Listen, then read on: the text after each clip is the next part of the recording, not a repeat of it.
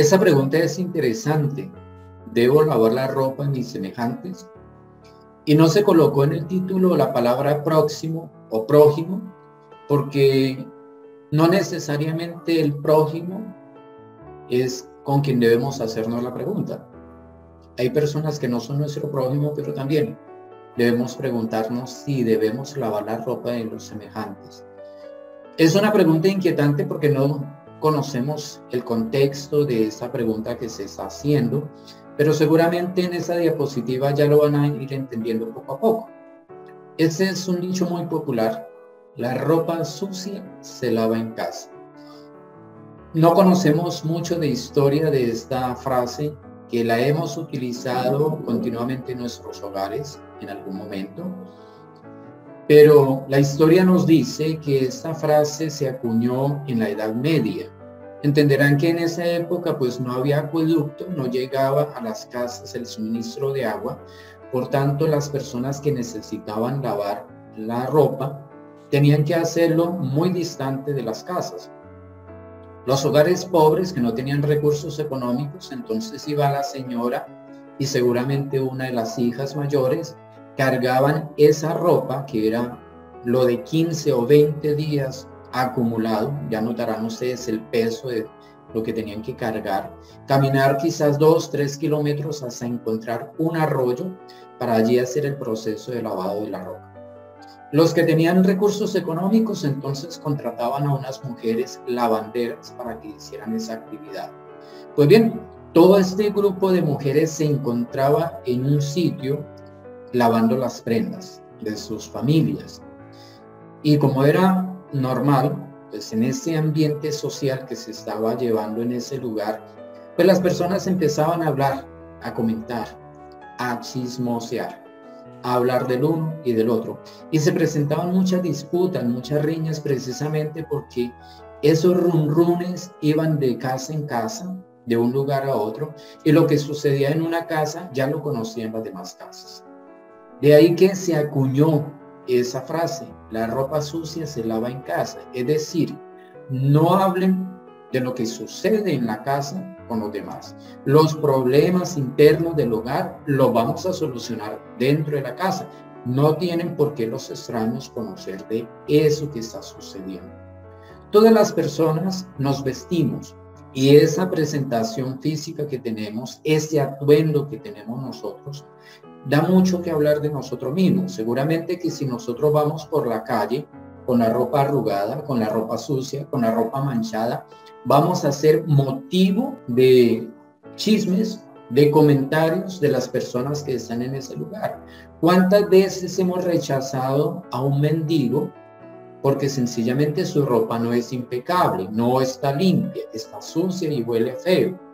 Luego aquí es donde nosotros necesitamos empezar a preguntarnos acerca de la ropa que cada persona está utilizando, pero no hablemos de la ropa como algo físico, porque eso es lo que hacemos, sino hablemos de esa ropa espiritual, esa ropa emocional, esa ropa de la personalidad que cada uno de nosotros exhibimos delante de la comunidad.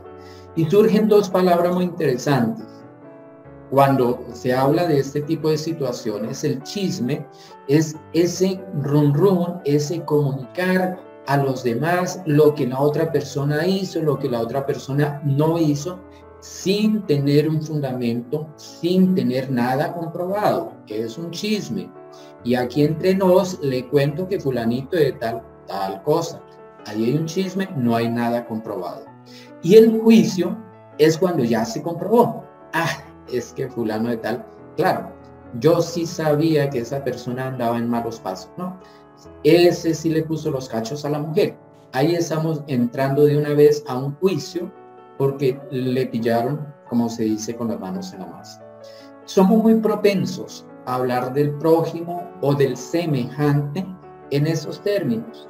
Comunicar de aquí para allá el chisme, el juicio, señalando al uno al otro por lo que ellos evidencian, por lo que ellos muestran, y eso es pan de cada día en muchos hogares, en muchas personas, en muchas parejas, en muchos hogares.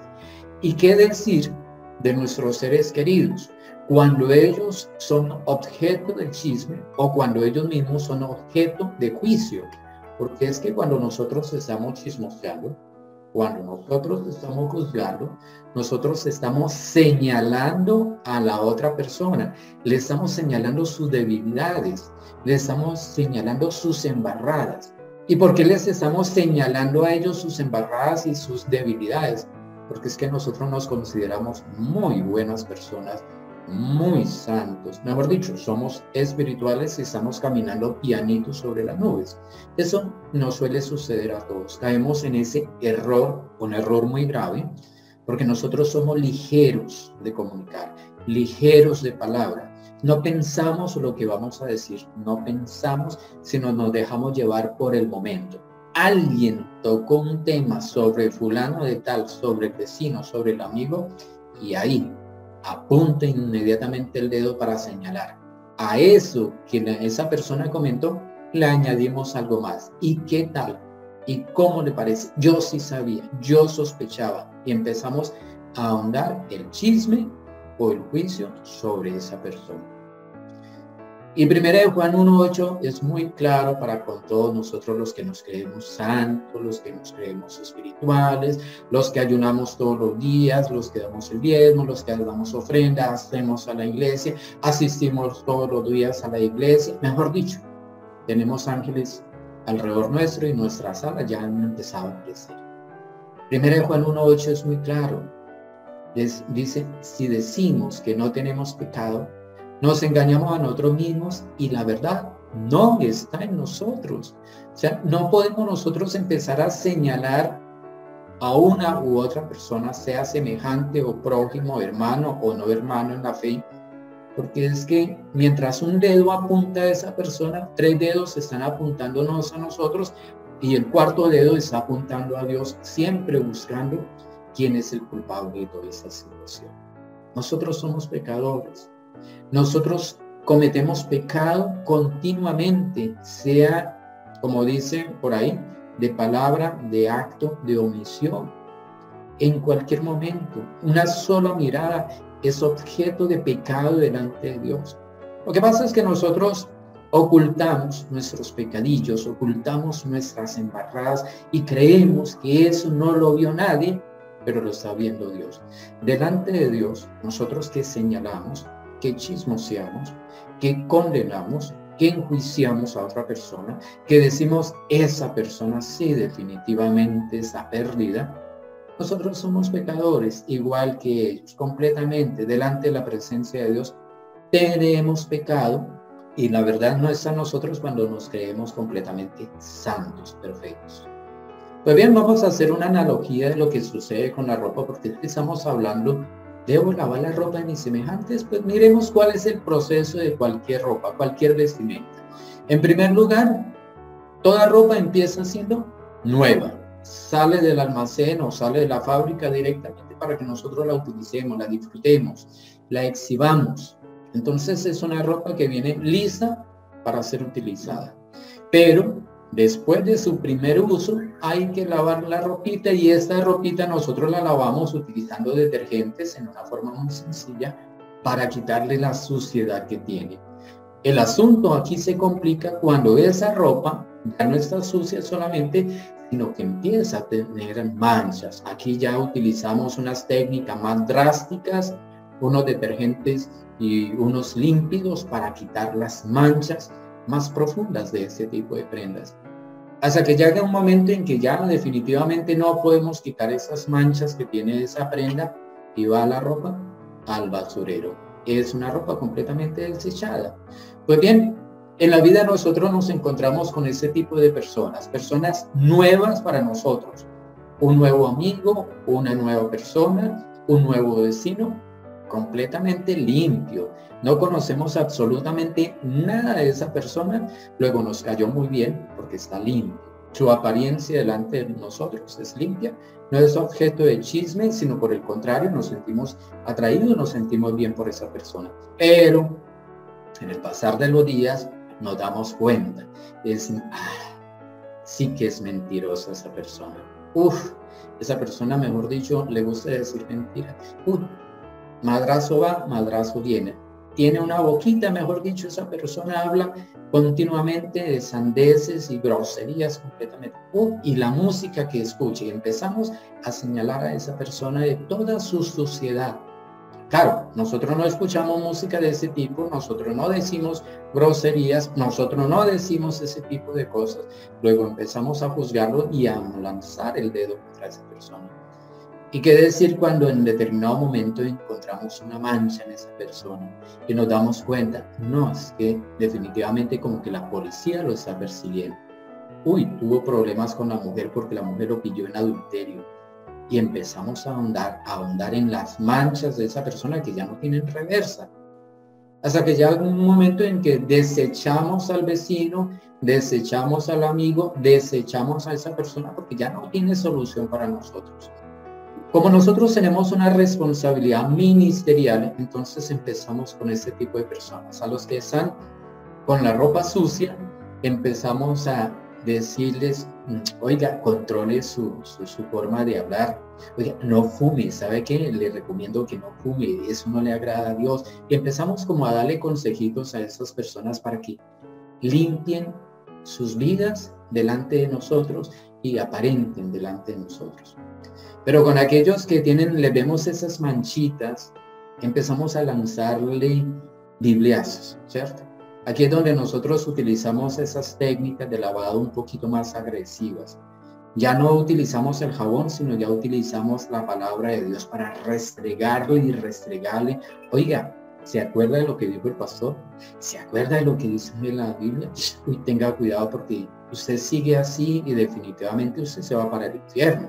Y lo empezamos a meter en ese susto, en ese miedo, en esa situación de que queremos nosotros que esa persona cambie. Le decimos, oye, ¿usted por qué no ayuna? Seguramente que si usted ayuna, Dios lo va a sacar de ahí. Venga, pongámonos en oración los dos, vamos a ayunar. ¿Qué tal? Hacemos ayuno, empezamos el lunes, terminamos el domingo. Venga, venga. Y todo tratamos a la fuerza nosotros de lograr que esa persona abandone su suciedad, abandone su mancha para que no caiga en ser una persona desechada. Y llega un momento en que decimos ya definitivamente no hay nada que hacer. Le he hablado de Dios, le he orado por él, le he insistido que me acompañe a las reuniones, le he insistido que estudiemos la Biblia, le he insistido que oremos, que ayunemos. Definitivamente esa persona nada que quiere. Mejor dicho, yo no pierdo más tiempo con esa persona, más bien la desecho. Vamos a mirar a ver qué otra persona sí está necesitando de nosotros. Y entonces cuando utilizamos la palabra de Dios directamente, ¿no? Es que no voy a tirarle las perlas a los cerdos porque si las pisotean me golpean a mí. Y eso es palabra de Dios, eso está en la Biblia. Entonces tratamos a esas personas como si fueran cerdos y lo que yo estoy haciendo con ellos es arrojarles perlas y definitivamente ya no hay situación alguna por ello. Ese es el esfuerzo humano, ese es el esfuerzo que nosotros tenemos con nuestros seres queridos, con nuestros vecinos, con nuestros amigos, con nuestros compañeros. Queremos que ellos sean santos, queremos que ellos sean perfectos, queremos que ellos anden sobre las nubes y buscamos la forma de presionarlos hasta que los cansamos, los aburrimos. Porque definitivamente la vida cristiana no es presión, la vida cristiana es amor, la vida cristiana es tolerancia, la vida cristiana es misericordia. Y ya vamos a mirar quién es el que hace ese proceso de lavado. No soy yo el que lavo la ropa de mi semejante, no soy yo el que le quito la mancha, yo no soy el que le hago completamente nuevo, yo no soy el que le rescato para que no caiga allá en la basura de ropa. No. Aunque nosotros anhelamos que todos sean santos y muchas veces los forzamos a ser santos, por eso es que encontramos muchas veces a los hijos asistiendo a la iglesia porque papá y mamá les hacen mala cara, los castigan, los disciplinan si no van a la iglesia. Papá y mamá los obligan a leer la Biblia, los obligan a dar el diezmo, los obligan a hacer esto y aquello. Es decir, los estamos forzando.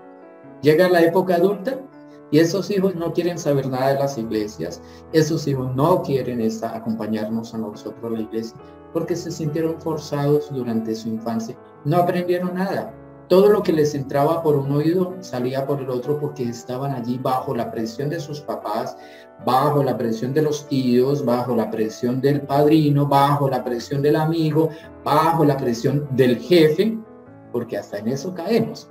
Tenemos empleados y los presionamos para que vayan a la iglesia. Y el empleado, con tal de tenernos a nosotros contentos, va a la iglesia. Pero va a la iglesia no por causa de Cristo Jesús, sino por darnos gusto a nosotros para mostrarse que son limpios, que son santos, que son puros. Pero efectivamente, 2 Corintios 5:17 es muy claro. Dice, de modo que si alguno está en Cristo, nueva criatura es. Las cosas viejas pasaron y aquí todas son hechas nuevas. El único que puede hacer que una persona, un semejante, sea nuevo, es solamente Jesucristo. El resto, todos los esfuerzos que yo haga, nada lograrán en las personas un cambio real, un cambio sincero, un cambio verdadero. ¿Y qué decir de Juan 15:3? El mismo Jesús lo dice, ya vosotros estáis limpios por la palabra que os he hablado. No es que las personas se limpien porque fulano de tal le habló, no, es la palabra de Cristo Jesús la que llega a esa persona y produce esa limpieza, ese cambio completamente en esa persona. Luego no son mis palabras, no es mi sabiduría, no son mis consejos, es Jesús mismo el que limpia a esa persona a través de su palabra santa. Y en Efesios 5:27 dice Pablo, lo hizo, es hablando de Jesús, para presentársela a sí mismo como una iglesia gloriosa, sin mancha, ni arruga, ni ningún otro defecto. Será en cambio santa e intachable. Aquí sí está más claro todavía. No solamente es nuevo, no solamente es limpio, sino que Jesús impide que esa persona se manche. Y si tiene una mancha, Él quita la mancha. Y no solamente la mancha, y Él va mucho más allá de lavarlo. Va también al estado en que le quita toda arruga que pueda tener esa persona, cualquier defecto que tenga esa persona, Jesús mismo lo hace, de quitársela.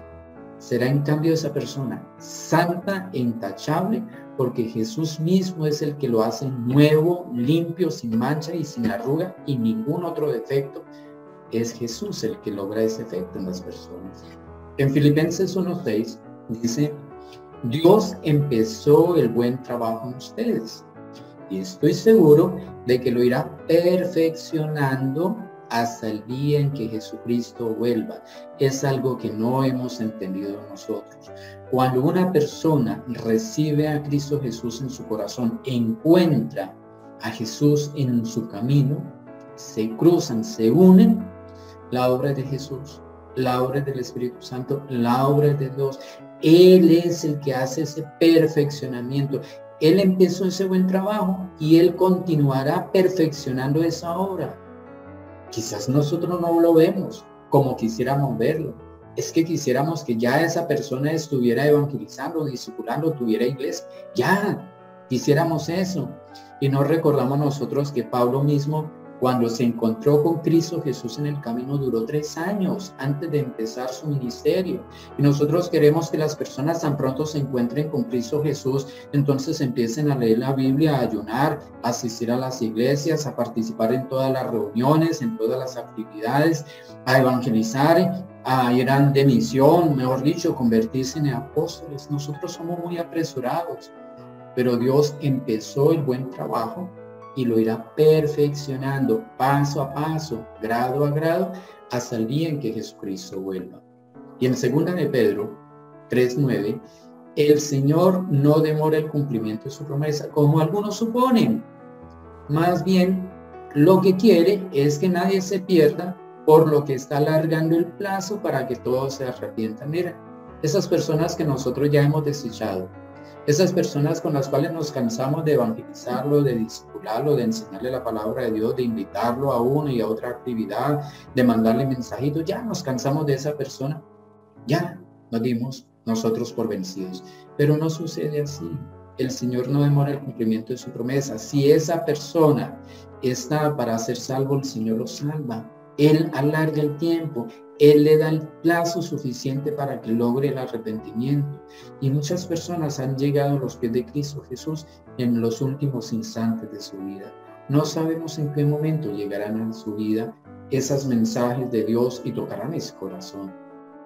¿Cuántos pastores han tenido sus hijos que han crecido en la iglesia? Seguramente en su infancia participaban de la iglesia dominical, luego se extraviaron en su juventud, luego seguramente fueron a la droga, seguramente se pervirtieron en algún momento. Pero ¿quién hace la obra? ¿El pastor o la hace Dios? Y seguramente que como la obra la hace Dios, Dios hará que ese muchacho que se apartó del camino, aunque sus padres eran pastores, llegará a los pies de Cristo Jesús y se convertirá en un pastor. Pero no por obra de los papás, sino por obra del Espíritu Santo en su vida. Luego la pregunta de esa de ¿debo lavar la ropa de mis semejantes? La respuesta es muy tajante. No, yo no tengo que lavar la ropa de mis semejantes. Yo no tengo que hacer eso. Eso es labor del Espíritu Santo. Eso es labor de Dios. Esa es la labor de Cristo Jesús. Él lo hace, lo sabe hacer y tiene su tiempo y toma su tiempo para hacerlo. Entonces, ¿qué debo hacer yo?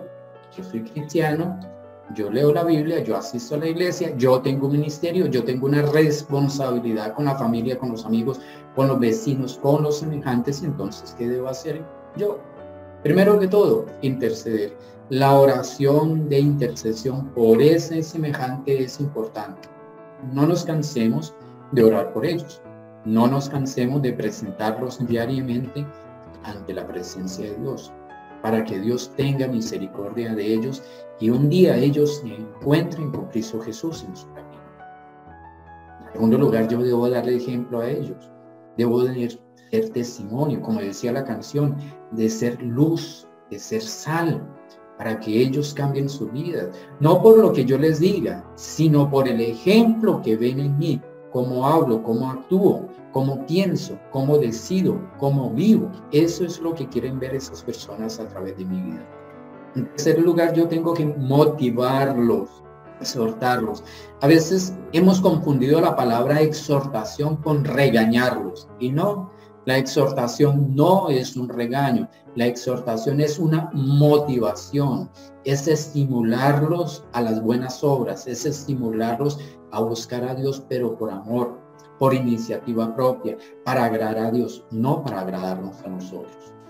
También lo que debo hacer yo es perdonar, porque seguramente el vecino, seguramente el semejante me va a ofender, me va a hacer daño. Debo perdonarlo.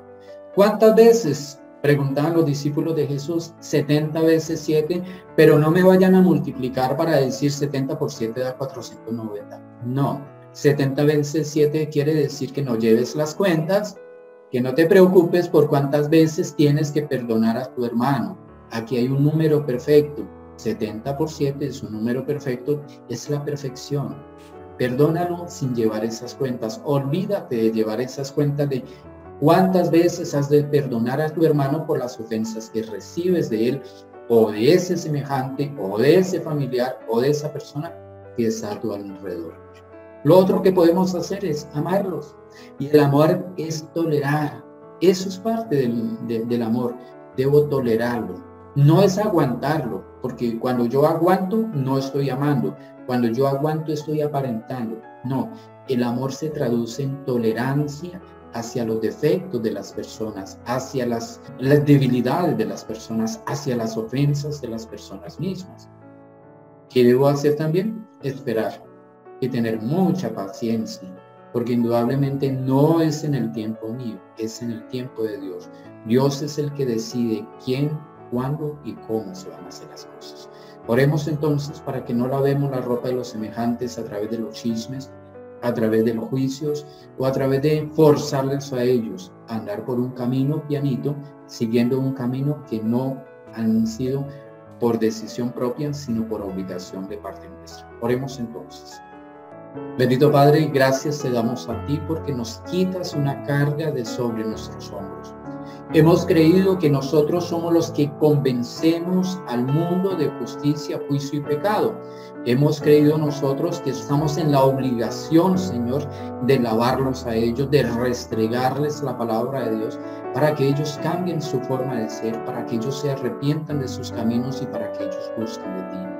Gracias, Señor, porque tú empezaste una obra en ellos, porque tú extiendes los plazos, porque tú eres el que hace de ellos unas nuevas criaturas, tú eres el que los limpias con tu palabra, Señor, tú eres el que santifica sus vidas, bendito Dios. Gracias porque tú le quitas toda arruga, toda mancha a estas personas, para que al igual que yo puedan buscarte de corazón sincero. Más bien, Señor, lava mi vida. Lava completamente mi vida, porque seguramente yo soy más pecador que el vecino, que el semejante. Señor, antes de señalar, antes de juzgar a los demás, permíteme a mí mismo presentarme delante de ti para que tú limpies completamente mi vida. Te doy gracias por esta tu palabra, te doy gracias por esta tu enseñanza, y que de ahora en adelante no busque a las personas para forzarlas a entrar por tus caminos, sencillamente interceder por ellos, darles ejemplo de vidas, motivarlos a buscar tu rostro, perdonarlos las veces que sean necesarias, tolerarlos, amarlos y esperar con paciencia a que tú obres en sus vidas ese cambio que tanto anhelamos. Gracias por ese tiempo que tú nos regalas. En el nombre de Cristo Jesús.